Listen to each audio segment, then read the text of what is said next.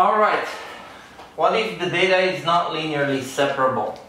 Up to now we have assumed that the data is linearly separable. But this is not often the case. Yeah? And that's where we got stuck with the perceptron. Remember? It was the famous XOR port that was a very simple example where we could not have a linear line that separates the black from the red dots. Yeah?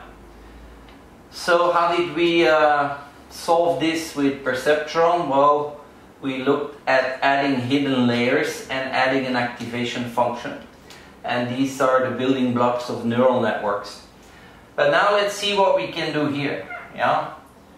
In this case, for example, we can transform this situation with a function phi. Now we can call this phi of x equal to z. So we go from 2D to 3D. And in 3D we have x1, x2, x3 vector. Yeah? This is x1, x2, x1, x2, x3. Yeah? So if we go to higher space, and we've seen that such transformation is easy to do. We've seen this in the refresher on linear algebra, where we went from 2D to 3D space. Yeah? Now what can we do here? Well, here we can easily find a hyperplane that separates these dots. So let's call this hyperplane H. We just have to move up two of these points. Yeah? So you have below the red ones, and above the hyperplane you have the black ones. Okay? So that is a neat trick we can do.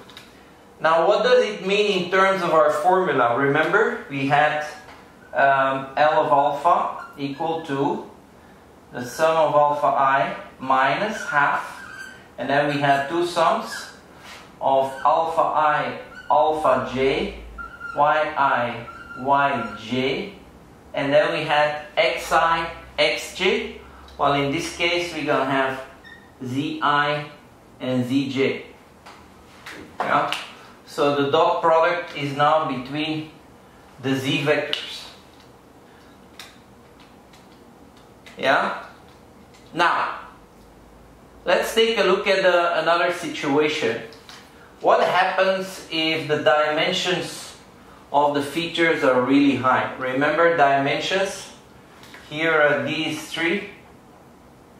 And it's basically the length of this vector. Now what if this vector has 1 million entries, and the other vector also 1 million entries? Yeah? So here, by the way, if we're gonna make this work, we need to transpose this one. Yeah? But nothing will really change, because here, this sum, this is over the samples, has nothing to do with the dimension of these two vectors. And yes, we may have to calculate the dot product of two column vectors with 1 million entries, but that's not a big deal. We don't mind. So I would say here, no real issue. No real issue. Okay, let us now assume that we went into a very high dimensional space. Yeah? We transformed our x's. We found a hyperplane in very high dimensional space. What will happen, and what will we see in our situation we started from? There's no line that can separate the plus or the minus, but you will get something like this. Yeah? So you will find a non-linear decision boundary. This is what you will get. And you will also know what your support vectors are. You know it in high dimensional space, and it's likely going to be the points that are very close to this non-linear line.